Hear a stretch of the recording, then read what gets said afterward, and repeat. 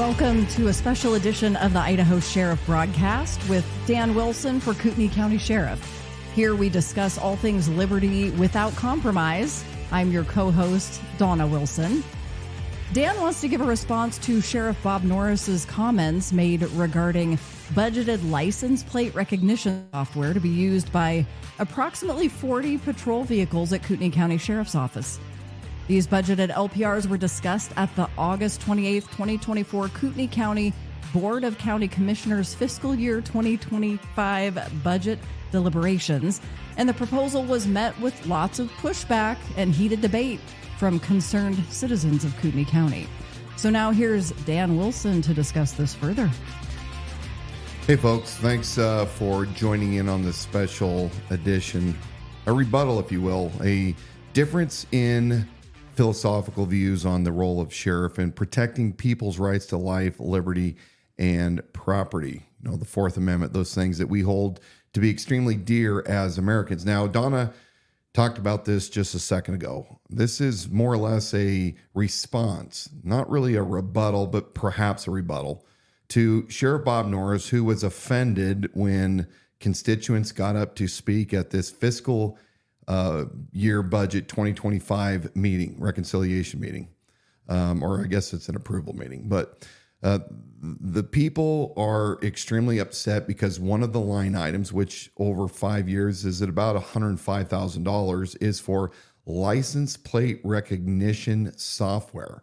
The Kootenai County Sheriff's Office currently has approximately 40 vehicles. Several of those, I believe 26 are patrol SUVs and the other 8 are pickup trucks, but they have these license plate cameras already equipped to these patrol vehicles.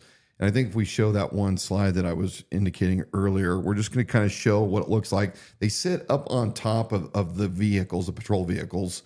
And if we zoom in there, I think folks can probably see that. Not too exciting. They just look like a little box lenses that sits on the patrol vehicles. Now, part of the argument is why we should have these. Why should vehicles, approximately 40 of Kootenai County Sheriff's Office patrol vehicles, be equipped with these? And the argument's going to be for the greater good and the security of the citizens. We're going to get back into just a few minutes exactly what this technology is and the potential benefits weighed by the potential downfalls and the invasion of privacy. But I want to set things up. Many of you know that I spent 12 years as a reserve police officer over in Washington State. And during that time, I had my own patrol car that I was dispatched to calls with. And whenever I conducted a traffic stop, there's a certain protocol that takes place. But let me back up a little bit. Inside patrol vehicles, it is common. In fact, I don't know any agencies today that don't have this, but you have an MDC. Basically, that's your computer that you run inside on a mount inside your patrol vehicle. And that MDC, that computer, has a program for patrol that different agencies use different software, but it all works basically the same way. On these computers where we run software, we have access to databases for law enforcement investigation purposes. Now, there is the National Crime Information Center that is run by the FBI, where they aggregate all sorts of information regarding wants, warrants, stolen vehicles, registrations, all sorts of things that are important for law enforcement officers to know when they are dealing with a potential dangerous subject. But in Idaho, and it's the same in other states, we use what's called ILETs, and that's Idaho State Patrol, who manages this system and the accountability and the records. Well, they use not only the national crime database, but they also use local and state. So it's kind of a combination. And when I was on patrol and I wanted to run a vehicle, I'm driving around town and I see a vehicle that I would possibly be interested in stopping. Well, I could do one of two things per policy. One is I could get on my MDC while I'm driving that database, and I could query a license plate, no matter what state. And then once I hit return, I would get a hit on what that license plate was registered to. So that plate should come back to the vehicle that matches the description that it's actually registered to, and it'll come back with the owner and registered owner data typically. And it will go further. If it is tied through the registration to an owner, let's say Dan Wilson, well, Dan Wilson will also be queried. And that query will result in whether or not there's any warrants out, any protection orders, criminal history, etc. All those things that are important, again, when you're dealing with the public in the course of your investigation to know. So I can do it that way, and I know what I'm potentially stopping and all the information. And that's a laptop that's mounted between the seats and the patrol car. Yeah, in a mount. Yeah. Everybody's seen them. Cop cars drive around. You see them in all the cop cars. We've watched cops. Yeah. And then the other way is that you can also get on your radio in the car and you can run a plate through dispatch. And dispatch does the same thing. Sometimes we're too busy or we don't want to take our eyes off the road, or we're watching somebody that is potentially dangerous. And then dispatch can advise us all of the same information. Now, we're curious as law enforcement officers. Again, I'm retired for any of those that are questioning what I'm talking about. I'm talking as if I'm still doing it. But when I was working on patrol, I would need that information oftentimes to find out whether or not I was approaching somebody on a traffic stop that was potentially dangerous, had a criminal history of felony assaults or other heinous things, gang members, important information that law enforcement needs when we are contacting the public. It's not always accurate either, but it kind of gives us a little bit of an advantage. Action beats reaction. So I just kind of wanted to set this up because we're going to be talking about how these systems run. And hopefully by the time we're done, I will have articulated things well enough for you who really don't know how police work runs, how we do the job. You can get a better understanding of the technology that we're talking about, as well as how things operate, things that are necessary and things that are not so necessary. So with that little bit of an introduction, what I want to do is I want to go into this town hall where the sheriff is speaking before the Board of County Commissioners, giving a rebuttal to a lot of testimony from citizens where they oppose what they're calling to be the surveillance state. Now, what we're going to do is we're going to listen, and at times I'm going to stop.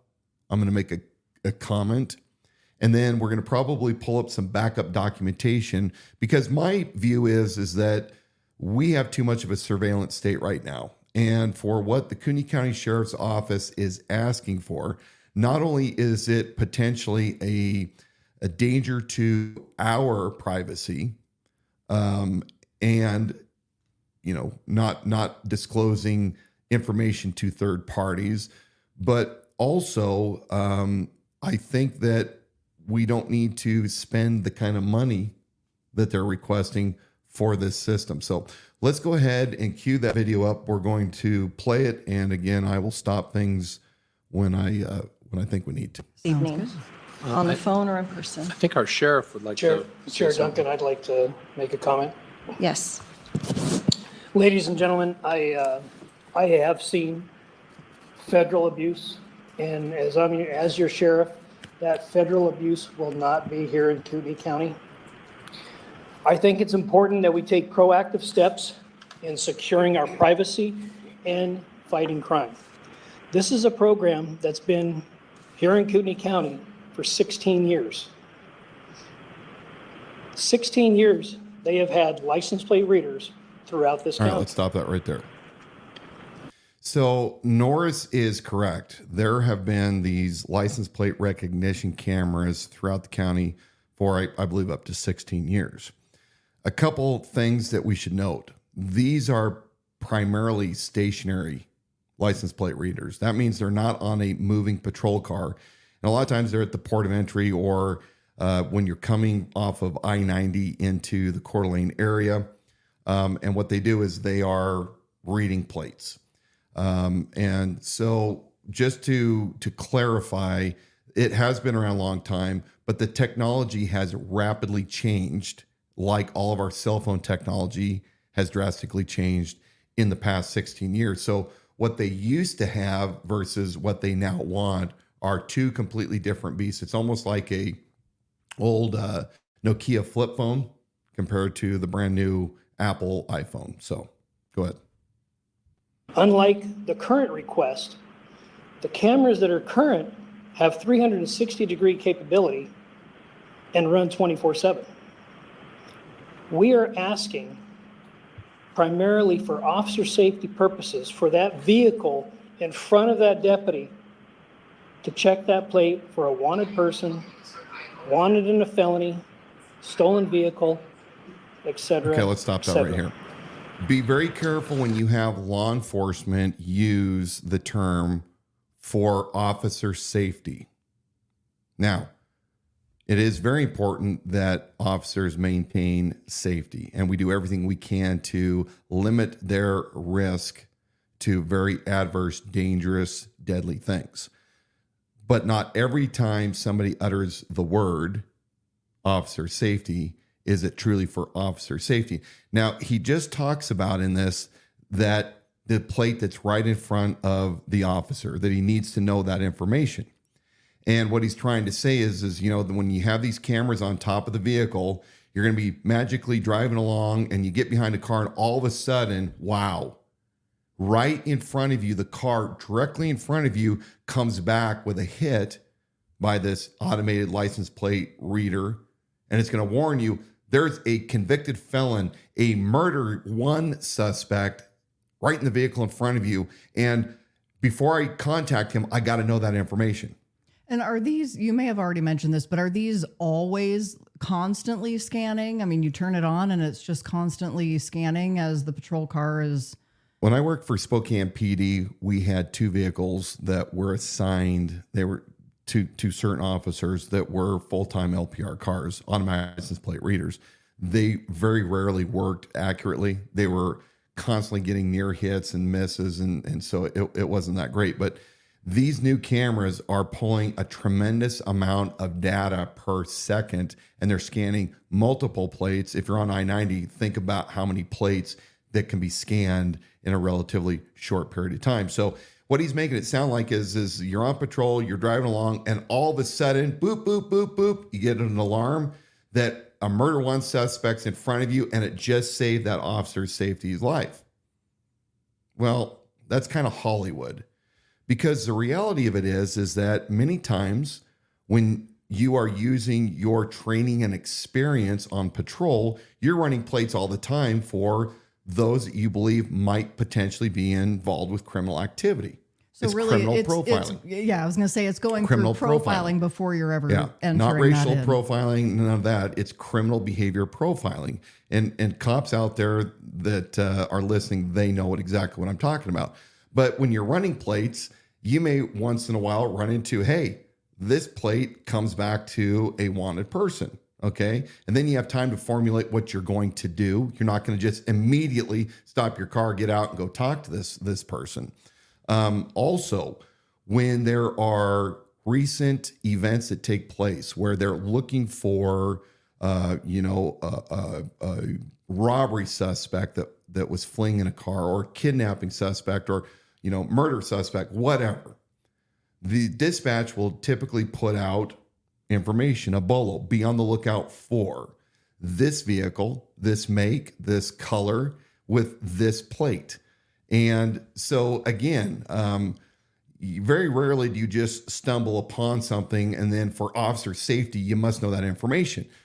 That's not entirely true. It's kind of romanticizing that process from my opinion. So I think it's important to understand from somebody that ran a patrol car and ran plates through not only my MDC, but through dispatch, and also was on the lookout for, hot vehicles.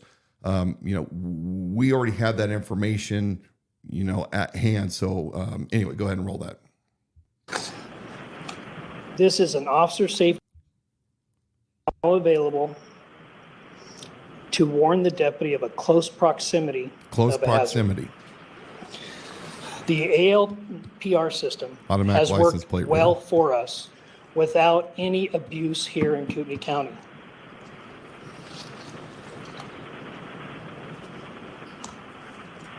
As we speak, we have a international crime network that is attacking Kootenai County that's been identified through this license plate recognition software. International crime circuit right here in Kootenai County. All right, stop that. As a side note, I think that was kind of a wild card that was thrown out. You know, I'm going to, as a sheriff, plead my cause as to why we need this. And by the way, we have this international crime syndicate that's operating right here in Kootenai County. Now, there's been backlash over this. There's been several news outlets that have been going, what the heck are you talking about, Bob? And you broke that because somehow you got a hit off of a license plate reader. I mean, that's some real good detective work there. But I digress. Go ahead.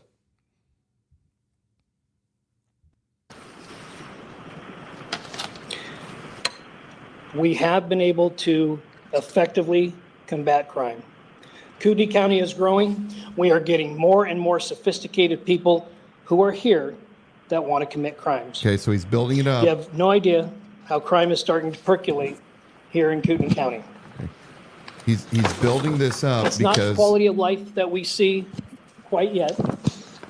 However, it's going in that direction. okay, so he's basically saying seeking a we're tool getting set all that not sorts only of can new help us criminals fight crime, here that are but effectively, sophisticated, with the and limited he's building up why we need resources this. we have, also put the safeguards in place to ensure the officer's safety and your public privacy. Your Officer privacy. safety. Those safeguards shall be public record.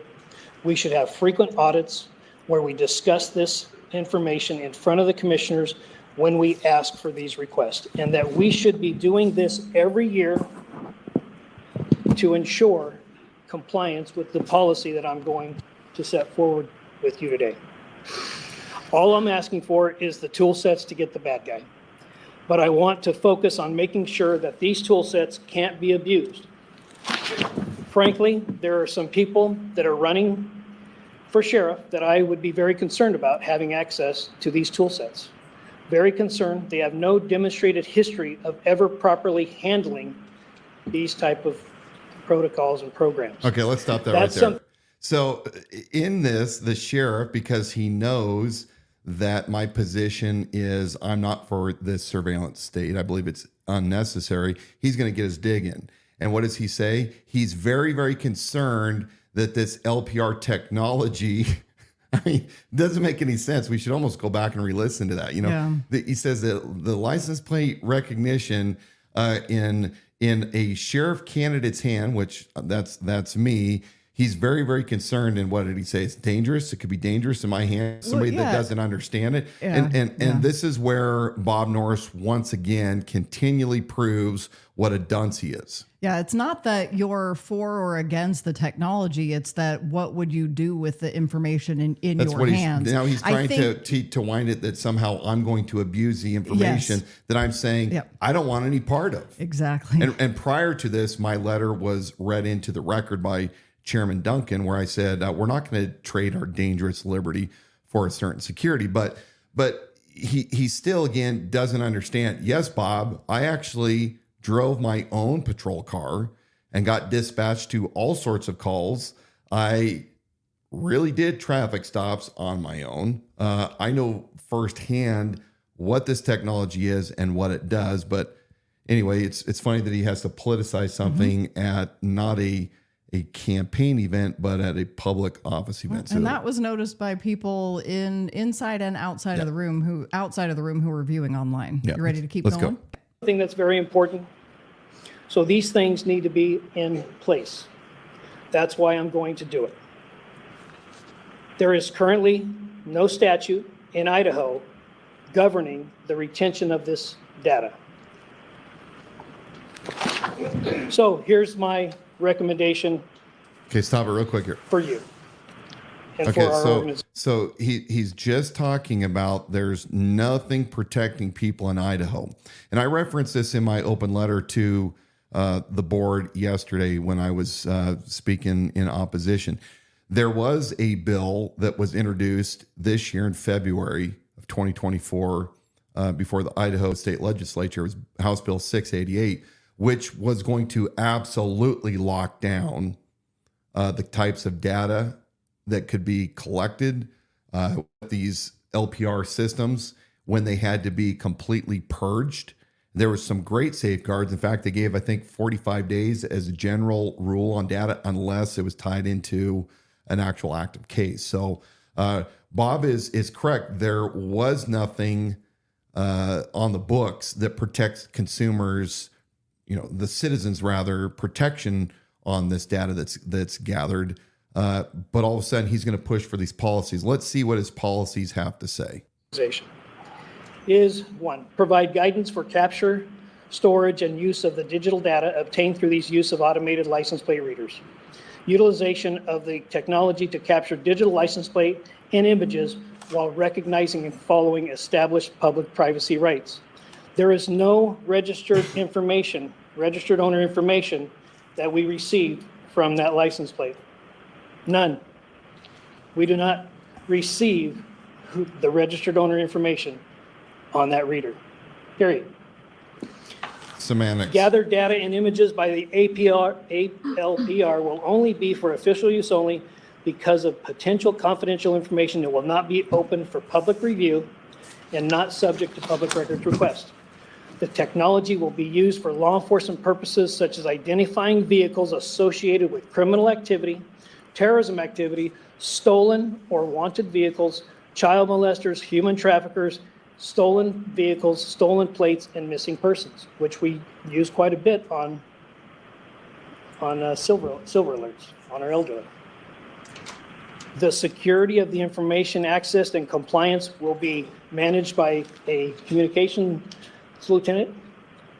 The system will be restricted for only the collected, accessed, and used for law enforcement use only, period.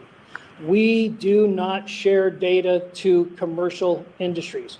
We get to choose which agencies we share data with. We have firewalls in place to not allow access to any other entities. Bloviating. There is no commercial compilation of our plates into systems that are currently available by tow truck companies, that are currently available by other private entities that are driving around Kootenai County as we speak. No personnel shall access the system without completing department training. All responses should be verified by the operator and ensure the accuracy of the information. See, it doesn't even take down states.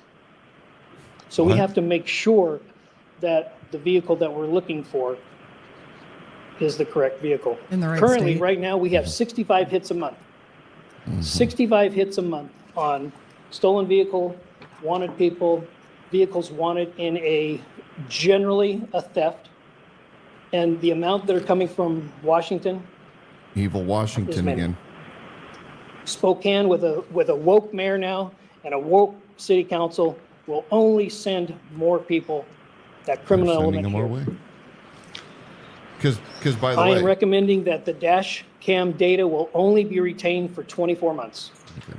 Let's go ahead and put that on pause. So this is a large chunk. Now, number one, so let me get this straight. Woke Washington, and one of the reasons that I left Washington State is because they let the criminals run the show. Their policies are making them run to Idaho, which is a state of law and order.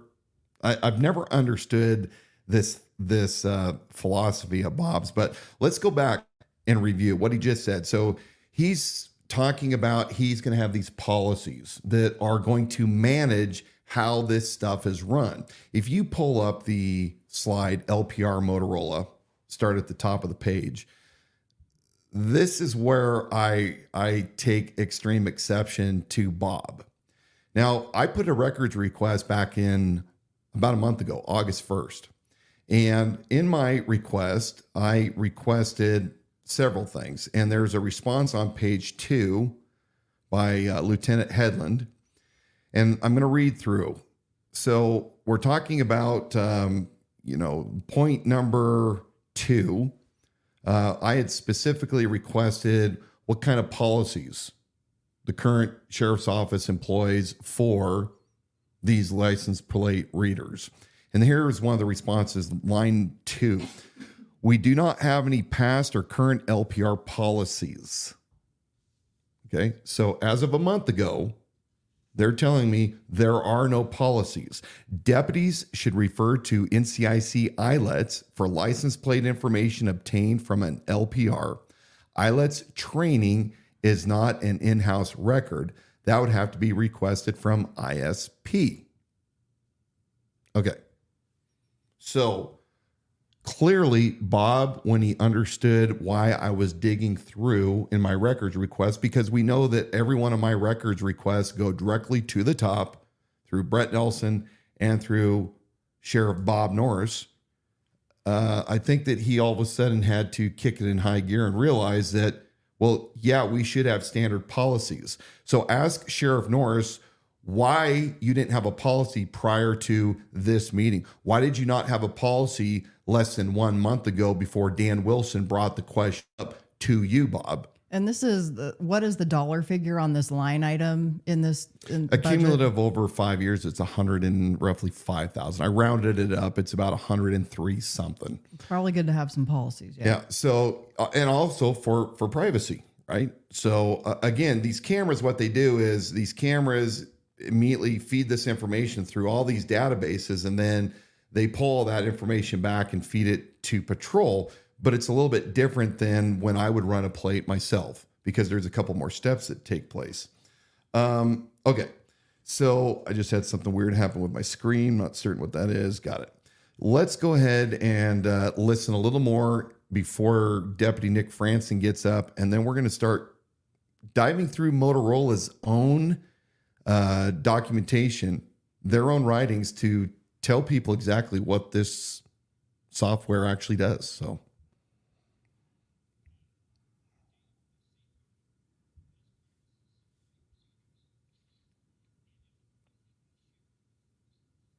Office and the law enforcement agencies that we want to share it with. And I will say that here, I will require any other entity, and especially a federal entity, to obtain a warrant before they have access to any of our data.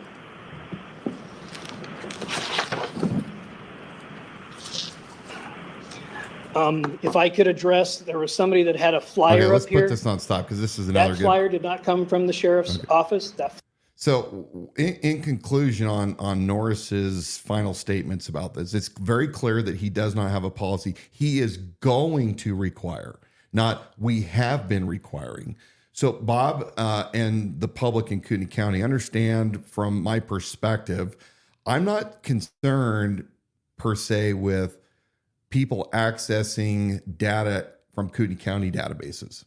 That's really not where I'm concerned, because I think we do have a very secure system throughout the state of protecting people's identification. But remember, these LPRs, when they capture images, they capture not only the plate, but they capture the vehicle and other pictures that go along with that. And then that is stored in a database. We're going to talk about this here in just a quick second. But the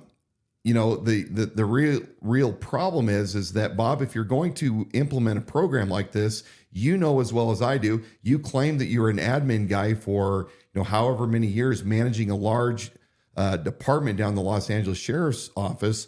You should know by now that patrol never does anything that it doesn't already have a written policy for. And that's not only to protect the employees, but it's also to protect the agency and the citizens. So let's go right now to Motorola Solutions slide number 2, because we're going to start talking about the technology and what, in their own words, Motorola claims that they do.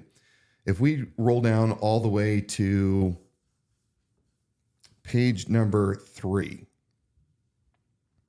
So this is a sponsored magazine article in Police One by Motorola Solutions. So this is a Motorola white paper, so to speak.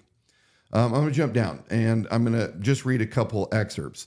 There's no doubt license plate recognition systems have been a boon to the work of police and the safety of their communities.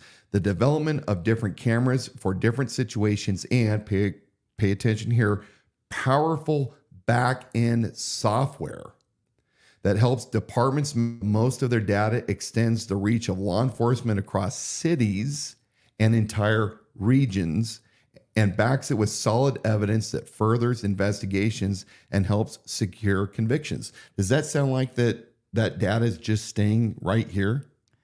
It does not. Okay. And we had a guy chime in today that says, you're out in public, you have an expectation that your privacy is not going to be kept. It happens every time you go out in public. So what's the big deal? That is true. However, I think the majority of us also don't appreciate being followed everywhere we are with somebody with a camera in our face. And furthermore, if you're going to go with that argument, then why don't we just put up a Skynet where we have drones everywhere recording everything at every time so that, you don't have to worry if you're not doing anything wrong. But, if you find out later on, if we find out that you did do something wrong, we're going to go back and capture all that image. And then, we're going to hold you accountable, kind of like Minority Report. Let's go down to the next page. Just important excerpts from their own data. Let's see. We're going to go down to page number.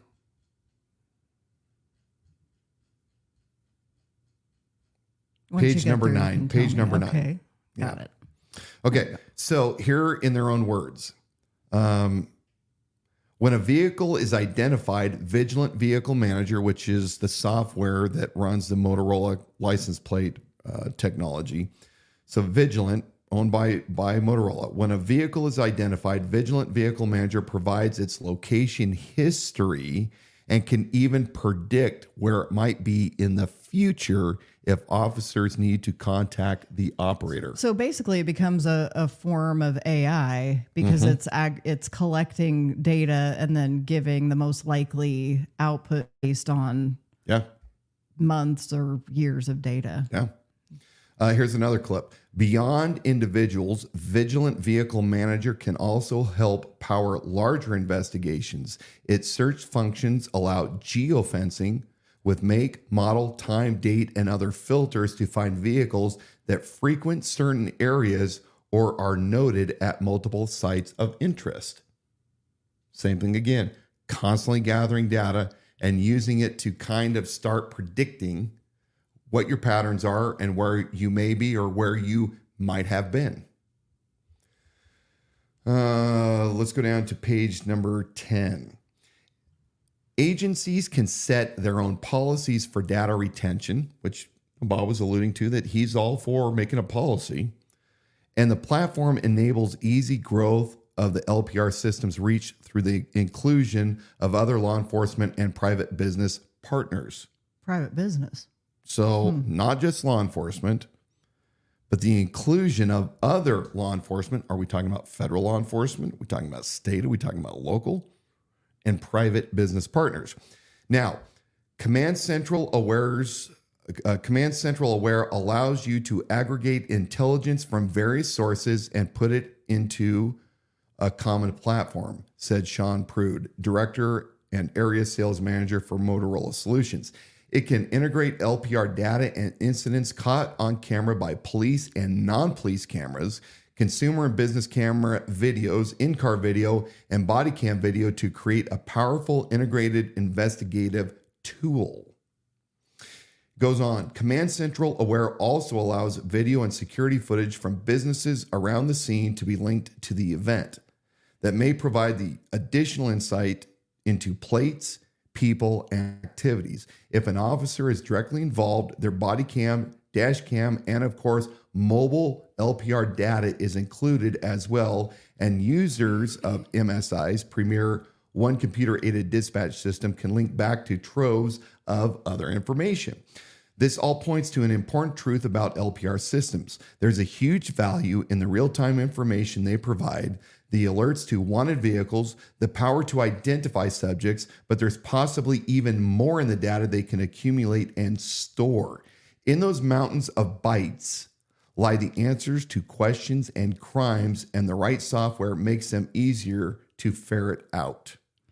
So, I mean, the real rub in all of this is highly sophisticated, probably beyond. I'm guessing you've done more investigative research into the hardware and software from Motorola than some of the deputies that are arguing, saying we need this as a tool. Obviously, but this is recording your movements and has the potential to then predict your future movements. And what are we predicting future crimes based on those movements? I mean, that gets into pretty far down the road on that one. What I am going to say is that, of course, it's like everything. You buy these extra models, and Kootenai County Sheriff's Office may right now not buy all those models. Yeah. But somebody like Bob Norris, who came from Los Angeles Sheriff's Department, who clearly doesn't really subscribe to people's privacy. He brags about handling sources like the CIA and the FBI. So he's no stranger. He claims that he had top secret clearances. Well, what happens when he gets in another term and he decides to show his real colors, and then he starts the totalitarian state that except that he could. what he was attempting to do in his comments when he was there projecting was projecting what would a candidate do if this was in his hands. Anybody that's listened to me for 10 months knows that I am all about liberty and limited government. And it's like, dude, you're the one arguing for this. Norris, Bob, I've never worked with the FBI. I've never worked with the CIA. I've never been trained by Mossad or Shin Bet. Now, I think this is another important part. It says all about the data that's collected, and this is page number 11 at the very bottom. Data that's collected only to sit doesn't do anyone any good.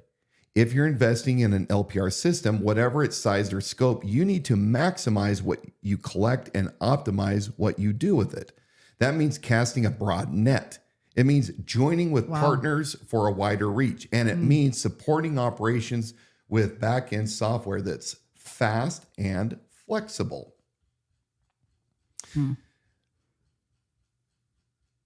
So you're scrolling down there. Do you know what? Let's go to page number 14. Okay. Page number 14, success sells. The list of wrongdoers apprehended with the aid of the BlueNet system. And this is kind of a Skynet that we were talking about. So, I mean, all this stuff is expandable. Talks about the system is substantial. It's helped resolve murders, home invasions, burglaries, robberies, arsons, among others.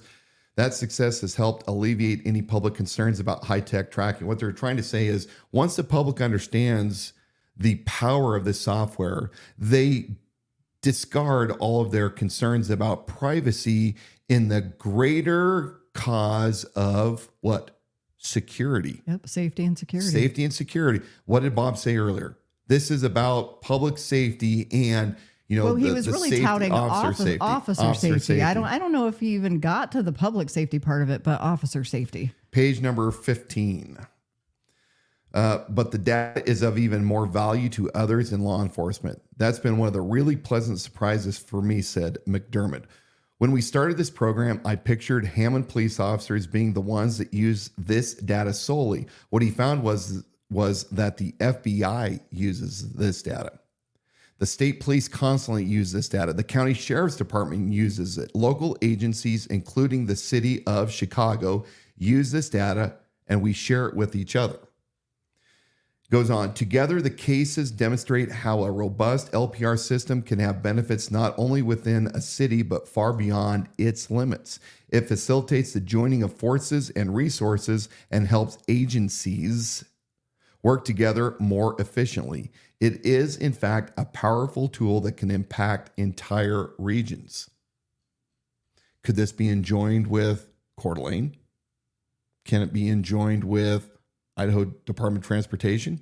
It sounds Can like it be enjoined with Spokane County, Spokane PD? So that's all I'm going to say on that. I mean, I'm reading from Motorola Solutions' own words on the various capabilities they are bragging about. It sounds extremely robust, and it sounds to me like Skynet. Well, bragging about it and promoting it, that basically information sitting and doing nothing isn't going to do you any good. So the power that you have behind that information is to deploy it and actually use it for good. Right. Yeah. Because we know that that never goes wrong. I'm going to pull up the last slide, number 3, and this is regarding the privacy policy of Motorola. And this is their own words. Starts out, page 1. This policy governs the license plate recognition system, LPR system, or system operated by the company and applies to our employees, customers, and camera affiliates who have access to the use of our system. Our LPR system is a searchable computerized database resulting from the operation of one or more mobile or fixed cameras combined with computer algorithms to read and convert images of registration plates and the characters they contain into computer readable data. Here's the money. The information contained in the system, LPR data, includes images of license plates, plus the date, time, and location where the images were collected, and the license plate characters and numbers associated with the image. These images stored in the system are collected from areas visible to the public where there is no reasonable expectation of privacy. So they're gathering all this information. They talk about it, what they do with it. Under their policy A, use and collection of LPR data. The company authorizes collection of LPR data for the use of the company and its customers consistent with this policy. The authorized uses of the LPR system are 1, by customers to identify or ascertain the location of a specific vehicle under circumstances when there is a legitimate commercial interest. Not government, not law enforcement, but a legitimate commercial interest. Number 2, by law enforcement agencies for law enforcement purposes. And here's the one that's concerning. Number 3, by the company, that's Motorola, to make LPR data available to customers and law enforcement agencies for the purposes above and to provide market research information to customers based on aggregated LPR data. The company does not make the LPR system or data it contains available to individuals for personal, non-commercial purposes. So what they're basically saying is anybody and everybody can gather that except for you or I that just wants the information. Right. And commercial purposes, that I mean, what does that even mean? Well, that can be so everything broad. from a private investigator. It can be insurance companies. A bounty hunter? Well, it can be like, it can be aggregated into those that study vehicles for commercial purposes. Yeah. You know, their marketing. Yeah. Sales, sharing, or transferring of LPR data under number D. The company licenses our commercially collected LPR data to customers for the authorized uses set forth in Section A of this policy. We just read that. The company shares the results of specific queries for use by its customers consistent with this policy and pursuant to the customer's license agreement. Through an affiliate subsidiary of our parent company, the company collects data for commercial purposes and does not collect data on behalf of law enforcement agencies. However, the company allows law enforcement agencies to query the system directly for law enforcement purposes consistent with this policy. E.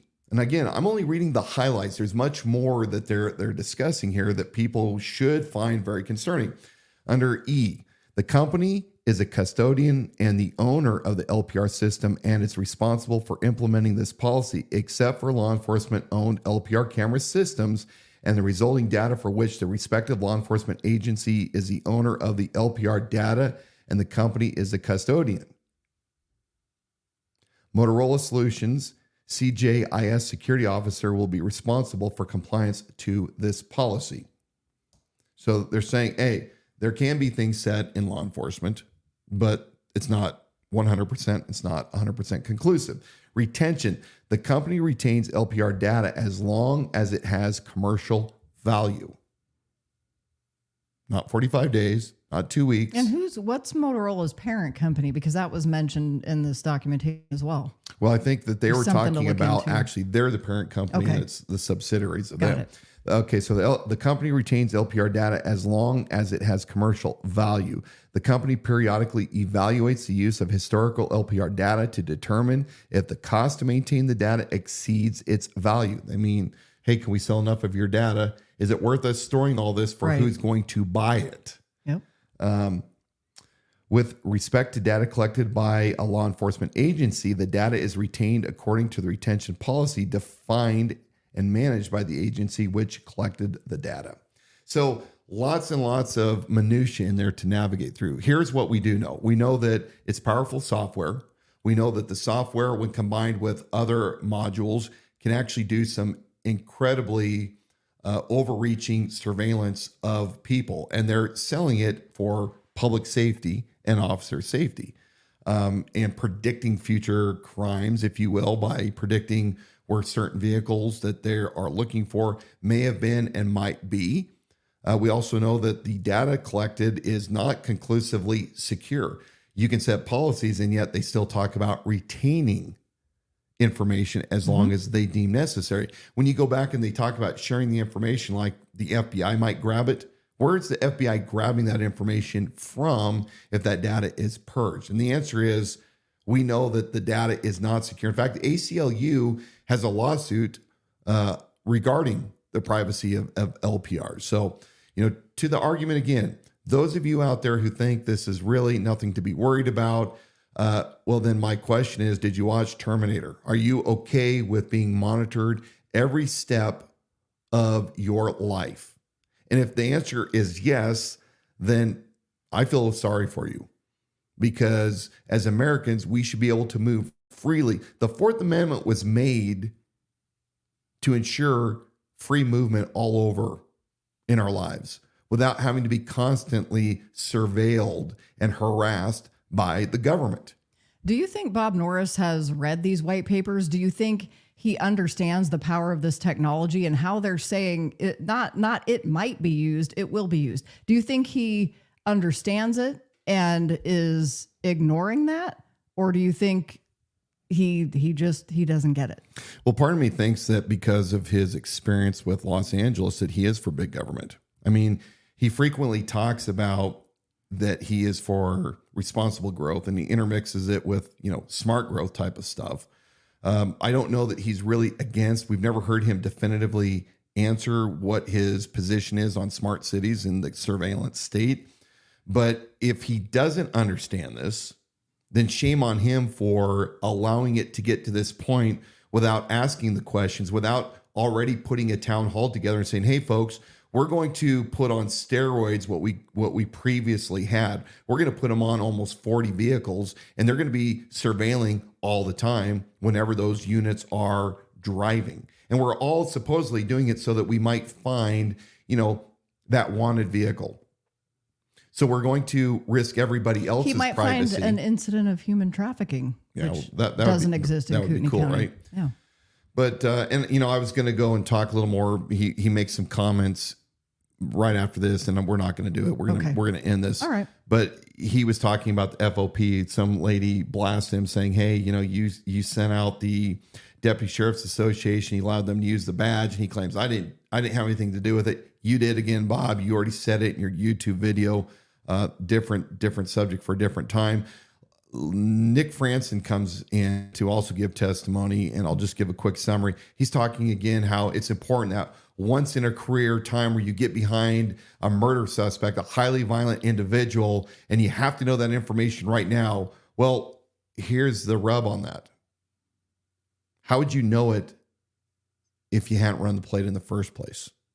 If it's such imminent danger, my guess is you're probably somewhat, if you're putting your head on a swivel and doing what you're supposed to, like we've been doing on patrol for years and years and years, your argument is pretty weak. You're not running in Kootenai County every single day to some wanted felon that just whacked a bunch of people. But what you're saying is that your safety is of such priority as a deputy, and don't get me wrong, I want my deputies to go home safe, but you're taking out risk for yourself at the expense of the citizens who say, we don't want this constant surveillance.